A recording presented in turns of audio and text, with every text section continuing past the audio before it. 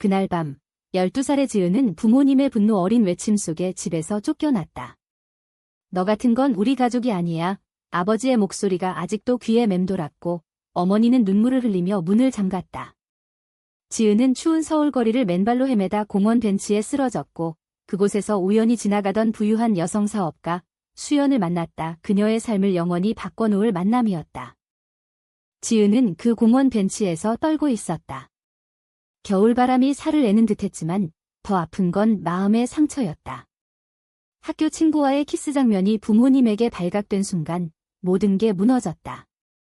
이런 더러운 짓을 아버지는 소리를 지르며 지은의 뺨을 때렸고 어머니는 우리 집안에 이런 아이가 있을 줄이야 하며 고개를 저었다. 지은은 변명할 틈도 없이 짐을 챙겨 밖으로 밀려났다. 이제 그녀는 아무것도 없었다. 돈도, 갈 곳도, 가족도. 수연은 그날 늦은 밤 회사 미팅을 마치고 산책하던 중이었다. 35살의 그녀는 성공한 IT 기업 CEO로 서울의 화려한 스카이라인에 자신의 이름을 새긴 여자였다. 하지만 성공 뒤에는 빈자리가 있었다. 결혼 압력에 시달리던 그녀는 자신의 성적 지향성을 숨기며 살아왔다. 레즈비언으로서의 삶을 포기한 채 일에만 매달렸다. 공원에서 오는 아이를 본 순간 수연의 발걸음이 멈췄다. 아가야, 왜 여기서 혼자야? 그녀의 부드러운 목소리가 지은의 귀에 스며들었다. 지은은 고개를 들었다. 눈앞의 여성은 아름다웠다. 긴 머리를 묶은 채 고급 코트를 입은 수연은 마치 드라마 속 주인공 같았다. 집에서 쫓겨났어요. 지은이 중얼거리자 수연의 눈빛이 흔들렸다. 그녀는 자신의 어린 시절을 떠올렸다. 10대 때 느꼈던 혼란, 가족의 기대, 사회의 시선. 나랑 같이 갈래? 따뜻한 곳으로 수연은 망설임 없이 손을 내밀었다. 그 선택은 단순한 동정심이 아니었다. 수연은 지은의 눈에서 자신의 과거를 보았고 도와야 한다는 강한 충동을 느꼈다. 다음 날 수연은 지은을 자신의 고급 아파트로 데려갔다. 여기서 지낼 수 있어? 학교도 알아봐 줄게. 수연의 말에 지은은 눈물을 흘렸다. 하지만 이 도움은 곧 복잡한 감정을 불러일으켰다. 수연의 집은 화려했지만 그녀의 삶은 고독했다. 남편 없는 싱글 여성으로서 사회에 곱지 않은 시선을 받던 수연은 지은을 통해 새로운 목적을 찾았다. 지은은 수연의 도움으로 학교에 복학했지만 마음속에는 죄책감이 싹 텄다. 왜 나를 도와주는 거지? 대가로 뭘 원할까? 지은의 불신은 점점 커졌다. 한편 지은의 가족은 그녀를 찾지 않았다. 아버지는 그 애는 죽은 거야 라고 선언했고 어머니는 교회에서 기도를 올렸다. 한국 사회의 보수적인 가치관이 그들을 올가매고 있었다. 동성애는 금기시되었고 가족의 명예가 최우선이었다. 지은의 오빠는 몰래 동생을 걱정했지만 부모님의 눈치를 보느라 아무것도 할 수 없었다. 이 상황은 지은의 내적 갈등을 키웠다. 내가 잘못된 걸까? 왜 나만 이런가? 수연은 지은을 돌보며 자신의 감정을 직면했다. 아이를 돕는 건 핑계일 뿐 그녀는 지은의 순수함에 끌렸다. 하지만 나이 차이와 사회적 지위 때문에 그 감정을 억눌렀다. 나는 그냥 보호자일 뿐이야. 수연은 자신을 타이르며 지은에게 교육과 안정을 제공했다. 지은은 수연의 회사에서 아르바이트를 시작하며 독립을 꿈꿨다. 그러나 학교 친구들의 수군거림이 시작되었다. 그 애, 부자 아줌마랑 산대. 소문은 빠르게 퍼졌고 지은은 다시 고립감을 느꼈다. 시간이 흘러 지은은 15살이 되었다.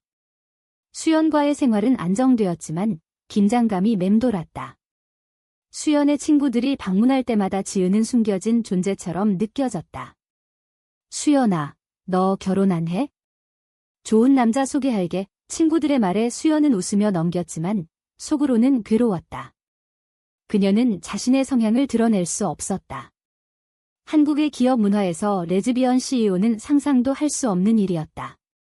지은은 그런 수연을 보며 공감을 느꼈다.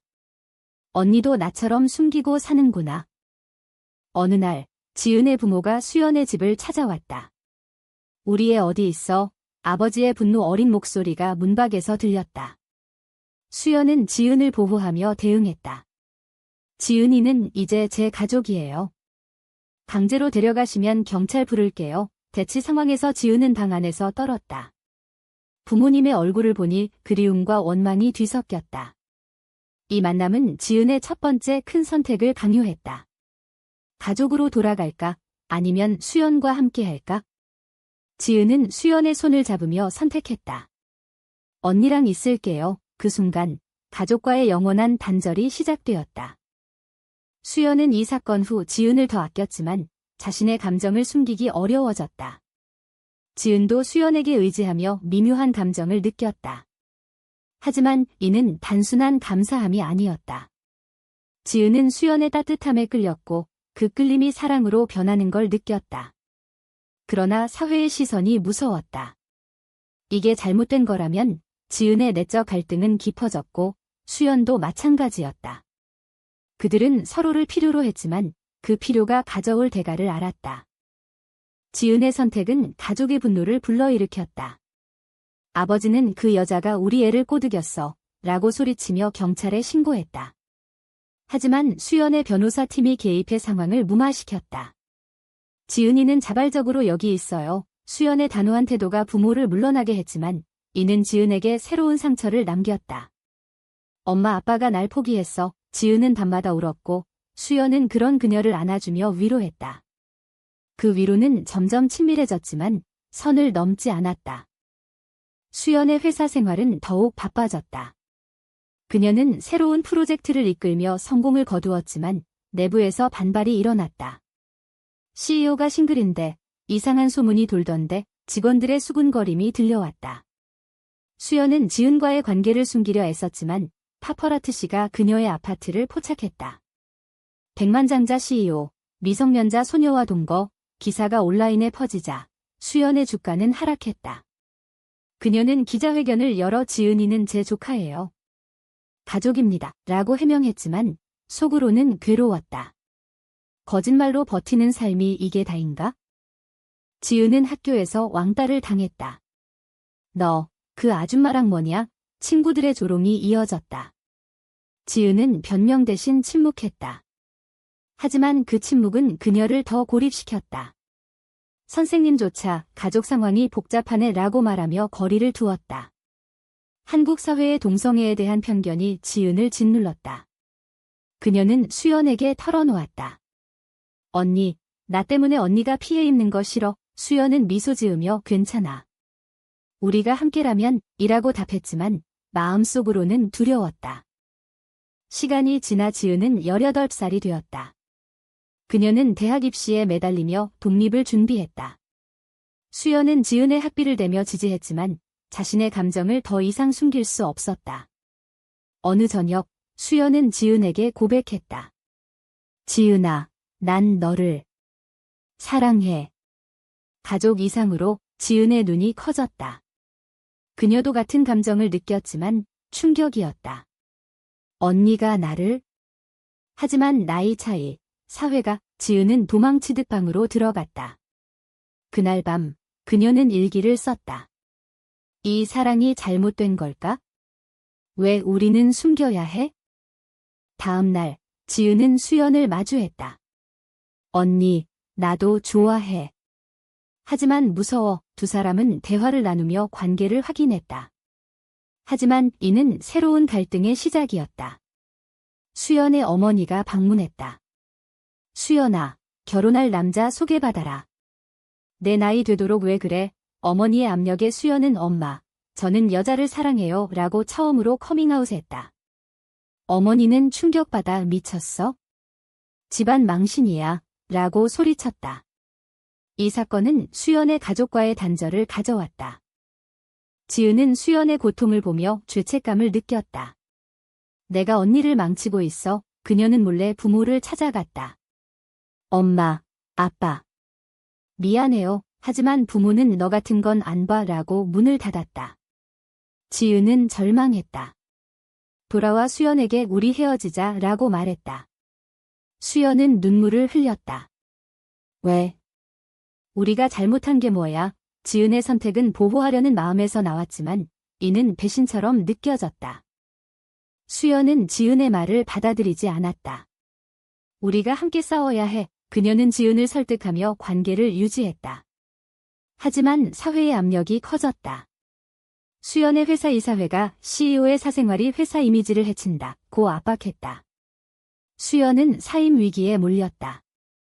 이 모든 게 지은 때문인가? 수연의 내적 갈등이 깊어졌다.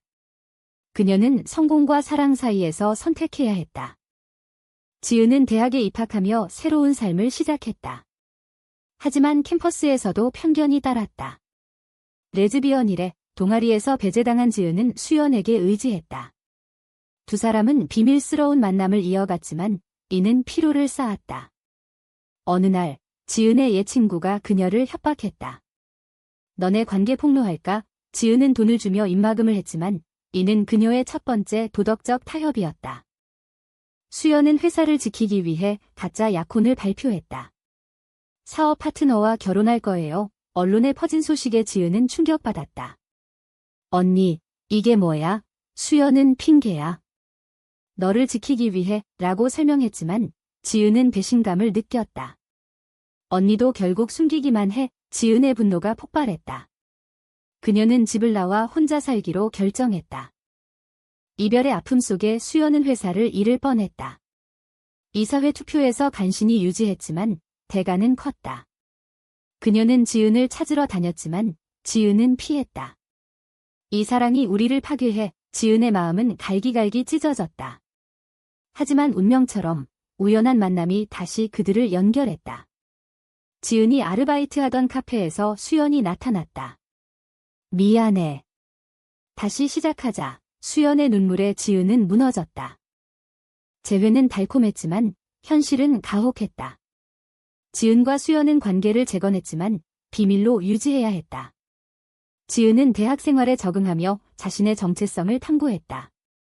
LGBT 동아리에 가입한 그녀는 비슷한 아픔을 가진 친구들을 만났다. 너도 가족 때문에 고생했구나. 친구들의 이야기가 지은에게 힘을 주었다. 하지만 수연과의 나이 차이 때문에 동아리 멤버들은 그 관계 건강한가? 라고 의심했다. 지은은 변호했다. 언니는 나를 구해줬어. 그러나 그 말 속에 불안이 스며들었다. 수연은 회사에서 반격을 시작했다. 그녀는 LGBT 권익을 지지하는 캠페인을 런칭하며 자신의 이미지를 바꿨다. 다양성은 우리 회사의 힘입니다. 이 결정은 대중의 호응을 얻었지만 보수적인 고객들이 이탈했다. 수연의 어머니는 내가 왜 그래? 집안 망신이라고 전화를 걸어왔다. 수연은 엄마, 이게 나예요. 받아들여주세요. 라고 답했지만 어머니는 전화를 끊었다. 이 갈등은 수연의 정신을 갉아먹었다. 지은은 수연의 변화를 보며 감동받았다. 언니, 용감해. 두 사람은 더 깊은 대화를 나누며 서로를 이해했다. 하지만 외부 압력이 계속되었다. 지은의 오빠가 몰래 연락했다. 지은아, 집에 돌아와. 부모님도 후회해. 지은은 흔들렸다. 가족을 버릴 수 있을까? 그녀는 수연에게 털어놓지 않고 부모를 만났다. 미안해요. 하지만 난 변하지 않아요. 부모의 눈물에 지은도 울었지만 돌아가지 않았다. 이 만남은 수연에게 알려졌다. 왜 나한테 말 안 했어? 수연의 질투와 불신이 터졌다. 지은은 언니를 걱정시키기 싫었어 라고 해명했지만 이는 첫 균열이었다. 수연은 지은의 독립성을 인정하려 애썼지만 소유욕이 고개를 들었다. 지은이 없이 살 수 있을까? 수연의 내적 투쟁이 시작되었다. 대학에서 지은은 새로운 사람을 만났다. 같은 동아리 멤버 민지였다. 20살의 민지는 밝고 자유로운 영혼으로 지은에게 관심을 보였다. 지은아, 너 매력적이다. 민지의 접근에 지은은 혼란스러웠다. 수연과의 관계가 안정적이었지만 젊은 사랑의 유혹이 컸다. 이게 배신인가? 지은은 민지와의 우정을 키웠지만 점점 감정이 깊어졌다. 수연은 지은의 변화를 느꼈다. 요즘 왜 늦게 들어와? 지은의 핑계에 수연은 의심했다. 그녀는 지은의 핸드폰을 몰래 확인하다 민지의 메시지를 봤다. 오늘 재밌었어. 다음에 또 만나자. 수연의 가슴이 찢어졌다. 지은아, 이게 뭐야? 대치 상황에서 지은은 그냥 친구야. 라고 소리쳤지만 수연은 믿지 않았다. 나를 배신하는 거야? 갈등은 폭발했다. 수연은 너 없이 못 살아 라고 울며 매달렸고 지은은 언니가 나를 가두는 기분이야 라고 반발했다. 이 싸움은 두 사람의 관계를 시험했다. 지은은 민지에게 솔직히 털어놓았다. 나, 연인이 있어. 민지는 실망했지만 내 행복이 중요해 라고 응원했다. 하지만 이 사건은 지은의 도덕적 딜레마를 키웠다. 충성심과 자유 사이에서 뭐가 옳아? 수연은 회사를 그만두고 새로운 길을 모색했다. 지은아, 같이 해외로 갈까? 여기서 벗어나자. 수연의 제안에 지은은 망설였다. 대학과 친구들을 포기해야 했다. 언니, 나 아직 준비 안 됐어. 지은의 거절은 수연에게 상처를 주었다. 수연은 술에 취해 과거를 회상했다. 공원에서 만난 그 아이가 이제 나를 떠나려 해? 지은의 부모가 다시 나타났다. 지은아, 병원 가자. 치료받아. 그들은 동성애를 병으로 여겼다. 지은은 분노하며 난 아프지 않아. 라고 외쳤다. 이 대면은 지은의 식탁을 뒤집었다. 그녀는 수연에게 달려가 언니, 도와줘 라고 울었다. 수연은 지은을 안으며 함께 싸우자 라고 약속했다. 하지만 이 사건은 사회적 논란을 불러일으켰다. 언론이 레즈비언 소녀, 가족과 대치 기사를 냈다. 공개된 스캔들은 지은과 수연의 삶을 뒤흔들었다. 수연의 사업은 타격을 받았고 지은은 대학에서 따돌림 당했다. 두 사람은 서로를 탓하지 않으려 애썼지만 피로가 쌓였다. 이 사랑이 가치가 있을까? 두 사람의 내적 갈등이 절정에 달했다. 스캔들이 터진 후 지은과 수연은 은둔 생활을 시작했다. 수연의 별장에서 지내며 관계를 회복하려 애썼다. 우리만 있으면 돼. 수연의 말에 지은은 고개를 끄덕였지만 속으로는 불안했다. 외부 세계가 그들을 적대시했다. 온라인 댓글은 가혹했다. 저런 여자들이 사회를 더럽혀. 지은은 그런 글을 보며 울었다. 수연은 무시해. 우리가 강해지자 라고 위로했지만 자신도 흔들렸다. 수연의 옛 동료가 도움을 제안했다. 캠페인 해보자. LGBT 권리를 위해 수연은 망설이다 받아들였다. 그녀는 공개 인터뷰를 했다. 저는 레즈비언입니다. 사랑은 죄가 아니에요. 이 발언은 한국 사회를 흔들었다. 지지자들이 모였지만 반대 시위도 일어났다. 수연의 어머니가 TV를 보며 울었다. 내 딸이 왜? 지은은 수연의 용기에 감동받아 함께 나섰다. 대학에서 LGBT 세미나를 열었다. 제 이야기 들려줄게요. 지은의 발표는 청중을 사로잡았다. 하지만 부모가 나타나 방해했다. 지은아, 그만해. 아버지의 외침에 지은은 멈칫했다. 아빠, 왜 이해 못해? 이 대치에서 지은은 가족을 설득하려 애썼지만 실패했다. 부모는 너는 우리 애가 아니야 라고 선언했다. 이 사건은 지은의 식탁을 뒤집었다. 그녀는 수연에게 포기할까? 라고 물었다. 수연은 아니, 싸우자 라고 답했다. 하지만 수연의 건강이 악화되었다. 스트레스로 인한 불면증과 우울증. 지은은 수연을 돌보며 죄책감을 느꼈다. 내가 언니를 망쳤어. 지은은 민지에게 조언을 구했다. 민지야, 어떻게 해야 해? 민지는 내 마음 따라가 라고 말했다. 수연은 회복하며 새로운 계획을 세웠다. NGO를 설립하자. 비슷한 사람들을 도와. 지은은 동의했다. 두 사람은 함께 일하며 관계를 강화했다. 하지만 배신이 기다렸다. 수연의 옛 연인, 혜진이 나타났다. 수연아, 아직 나 사랑하지? 혜진의 등장에 수연은 동요했다. 과거의 미련이 고개를 들었다. 지은은 이를 알게 되고 분노했다. 언니, 나를 속였어? 대치 상황에서 수연은 과거일 뿐이야 라고 해명했지만 지은은 믿지 않았다. 그녀는 집을 나와 민지에게 갔다. 민지야, 나랑 사귈래? 충동적인 선택이었다. 민지와의 관계는 신선했지만 지은의 마음은 수연에게 있었다. 이게 복수인가? 아니면 자유? 지은의 도덕적 혼란이 깊어졌다.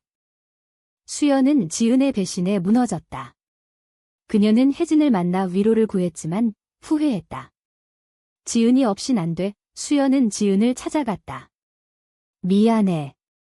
돌아와. 지은은 눈물을 흘리며 언니도 미안해 라고 답했다. 민지와의 관계는 끝났고 지은은 수연에게 돌아왔다. 하지만 이 사건은 상처를 남겼다. 사회적 압력이 절정에 달했다. 반 LGBT 단체가 시위를 벌였고 수연의 NGO가 공격받았다. 저런 사람들 쫓아내. 폭력적인 상황에서 지은은 다쳤다. 병원에서 깨어난 지은은 수연의 손을 잡았다. 언니, 포기하지 마. 이 사고는 두 사람을 더 단단히 묶었다. 지은의 가족이 병문안을 왔다. 지은아, 미안해. 어머니의 눈물에 지은은 용서했다. 엄마, 이해해줘. 이 화해는 불완전했지만 시작이었다. 그러나 아버지는 여전히 반대했다. 변할 때까지 안 봐. 지은의 선택은 가족 일부를 잃는 대가였다. 수연과 지은은 앞으로 나아갔다. NGO는 성장했고 사회적 변화의 물결을 일으켰다. 하지만 개인적 희생은 컸다. 수연은 사업을 포기했고 지은은 친구들을 잃었다. 이 모든 게 같이 있었을까? 두 사람의 여정은 계속되었다. NGO의 성공은 지은과 수연에게 희망을 주었다. 그들은 전국을 돌며 강연을 했다. 사랑은 자유예요. 청중의 박수가 울렸지만 뒤에서는 위협이 도사렸다. 익명 편지가 왔다. 그만두지 않으면 후회할 거야. 수연은 무시하려 애썼지만 지은은 두려웠다. 언니, 위험해. 수연의 단호함이 지은을 안심시켰다. 함께라면 괜찮아. 그러나 위협은 현실이 되었다. 어느 밤 사무실에 불이 났다. 소방관의 조사 결과 방화였다. 수연은 충격받았지만 포기 안 해라고 선언했다. 이 사건은 언론의 주목을 받았고 지지자들이 모였다. 하지만 수연의 어머니가 찾아왔다. 수연아, 그만해.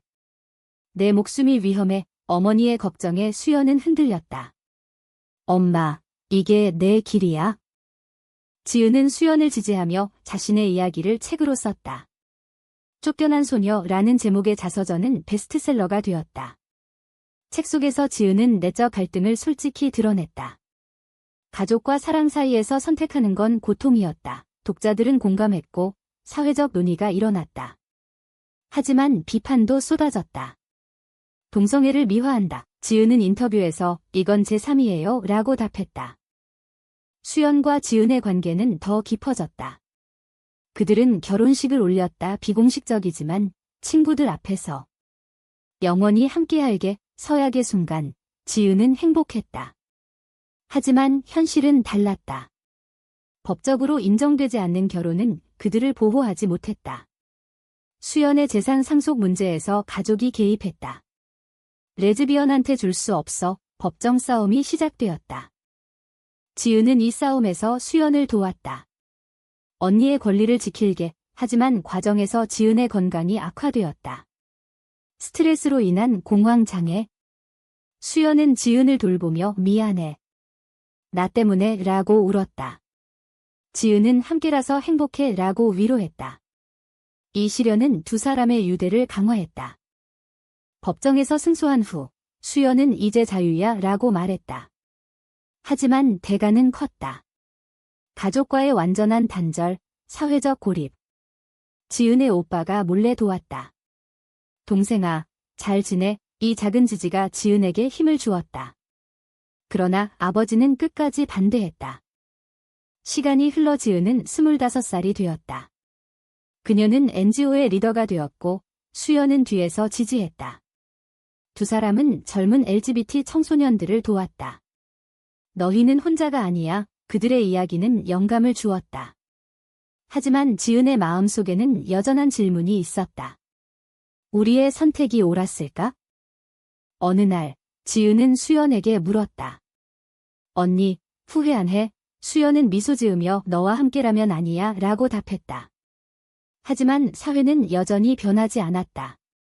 새로운 법안이 통과되지 않았고 편견은 남아 있었다. 지은과 수연은 싸움을 계속했다. 이야기의 끝에서 지은은 일기를 마무지었다. 사랑을 위해 모든 걸 잃었지만 얻은 것도 많아 그녀의 여정은 식탁을 뒤집는 선택들로 가득했다. 가족, 사회, 자신과의 대치. 그 모든 게 그녀를 성장시켰다. 사랑을 위해 가족을 버리는 선택은 옳은가?